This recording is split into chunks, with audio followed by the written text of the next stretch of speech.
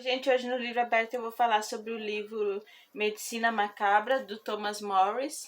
Esse livro foi lançado em 2018, aqui no Brasil lançado pela Dark Side. Ele é uma... Sabe que a Dark Side faz edições muito caprichadas e com essa aqui não é diferente, ela é capa dura.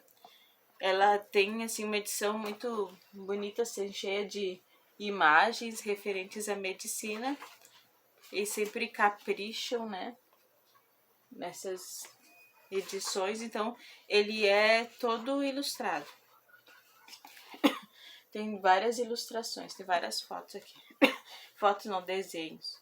Então, esse livro fala justamente de medicina macabra, sobre histórias macabras acontecidas na medicina, quer dizer assim, entre os séculos 16 e 19, porque os médicos, por não ter o conhecimento que tem hoje e a tecnologia, faziam assim uso de várias coisas que às vezes que muitas vezes não surgiu efeito, às vezes sim, e eram às vezes coisas assim inacreditáveis. É um livro muito interessante.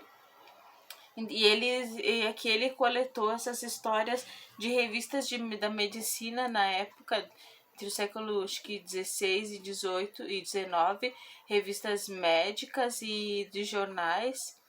E então tem diversas histórias assim engraçadas e umas macabras assim, umas assim bem, muitas estranhas, muitas bizarrices. Então é um livro bem, é muito bom, eu direi esse livro porque ele é bem, tipo, ele é longo, ele tem umas 400 páginas, mas se tu for ver assim, tem muitas histórias, mas as histórias assim são curtas, cada história dura assim umas 2 ou 3 páginas. Eu vou contar alguma que eu tô falando um pouquinho de alguma coisa. Tipo, por exemplo, ele fala aqui, tipo, por exemplo, uma história engraçada da medicina macabra. Que de um rapaz que tava com prisão de ventre e teve a brilhante ideia de tentar solucionar esse problema enfiando um garfo no ânus. E daí o garfo se perdeu lá, e daí conta como eles retiraram esse garfo cirurgicamente. Fala também de vários, assim, falando assim em garfo no ânus, assim, tipo, tem vários, assim, tratamentos, assim, que hoje não fazem nenhum sentido. Por exemplo, tinha um conde que morreu e ele teve uma morte súbita, e eles faziam de tudo para ressuscitar ele, afinal, ele é o conde. Então, fizeram de tudo, fizeram sangrias, tentaram de tudo até usar uma técnica de assoprar um cachimbo com fumaça no ânus da pessoa para ver se ela ressuscita. Sim, ver se eu acho que a parte que ele fala aqui. Isso que eles fizeram. Eles queriam fazer um enema. Eles prepararam um líquido com um tabaco. Naquela ocasião, no entanto, eles não desfrutavam de equipamentos necessários para seu enema. Por isso decidiram assoprar fumaça na bunda do homem morto. Ainda que pareça uma decisão um tanto quanto excêntrica, essa era uma técnica comum de reanimação muito utilizada em casos de afogamento. Soprar, só que não adiantou, ele já estava morto. Eles estavam tentando assim, porque ele era uma pessoa muito importante, né? Soprar fumaça na bunda do morto. Então, também tratamentos com, por exemplo, passar fezes de jiboia assim no peito de um tuberculoso ou fezes de lagarto. Também, ele fala aqui também que lá, claro que tinha histórias falsas naquela época, que ele fala aqui numa parte ele fala, conta essas histórias, mostra essas histórias e fala por que obviamente são falsas. Por exemplo, de pessoas que diziam que conseguiram passar 3 dias, horas ou 3 dias embaixo d'água. Tem pessoas que se afogaram e ficaram horas embaixo d'água, semanas, e conseguiram sobreviver. Isso não é possível. E também ele fala, né, do um homem que dizia ter 152 anos. Daí no final ele sempre explica, né, tipo e o homem, ele foi entrevistado na época e ele não conseguia dizer que a memória dele era ruim, ele não por conveniência, ele não conseguia lembrar justamente da parte da juventude dele, de acontecimentos históricos que ele lembraria se ele tivesse 152 anos. Então tem essas histórias aqui que é um capítulo que ele fala, né, que são histórias falsas.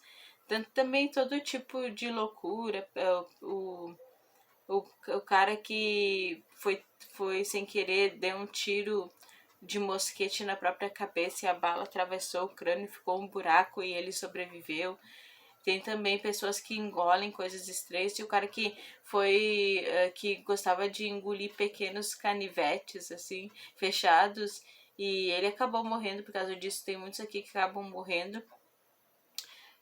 Ele fala também algumas coisas assim pertinentes, assim, tem o capítulo assim que fala as roupas ideais para crianças, para a saúde da criança, que chapéu não é uma roupa saudável para criança. Aí para as mulheres o espartilho, isso aí é verdade, né? O espartilho comprime os órgãos e realmente é uma coisa né, não se usar, mas o espartilho na era vitoriana era, né, era moda, né?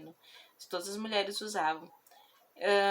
Eu vou tentar não demorar muito, porque são muitas histórias e é bem legal você ir lendo e vendo, assim, bem interessante. Então, eu vou falar assim que naquela época as cirurgias eram feitas sem anestesia, ali no século XVIII para baixo.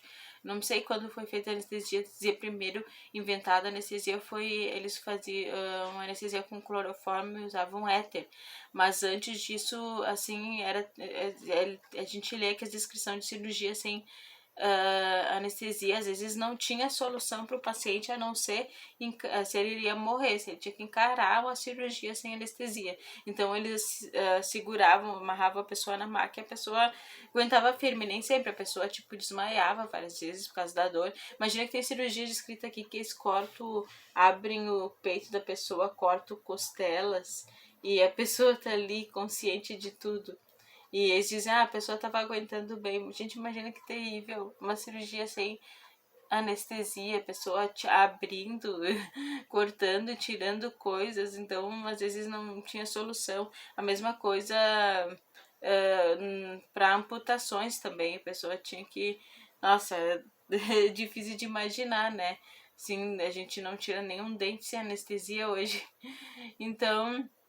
Ele fala também que os médicos usavam muito de algumas coisas que não se usa mais, por exemplo, sangrias, que é tirar bastante sangue da pessoa para tentar melhorar a condição da pessoa, e laxantes. A maioria deles recomendava laxantes. É um livro muito bom, eu gostei bastante. Olha, ele é assim, vermelha a parte das páginas, mas aqui é branco. Ele tem, como eu falei, bastante imagens. As edições da Dark Side, né? Sempre coisa muito bem feita. Gostei do livro. Vou mostrar aqui que eu tô lendo. Mostrar que eu tô lendo, fiz uma resenha mais curta. Eu tô lendo uma HQ, dessa vez, Mouse, do Art Spiegelman. Tá muito bom, eu tô na metade, já que o Art conta a história do pai dele, um sobrevivente da Segunda Guerra Mundial. Tô gostando bastante e é uma história bem triste. Eu sabia que era uma história sobre a Segunda Guerra Mundial, né? Mas eu não sei porque eu não achei que ia ser tão pesado, porque é em quadrinhos. Mas eu tô gostando bastante, acho que já tô quase na metade. Então é isso, gente. Dá um like aí, se inscreva no meu canal. Obrigada.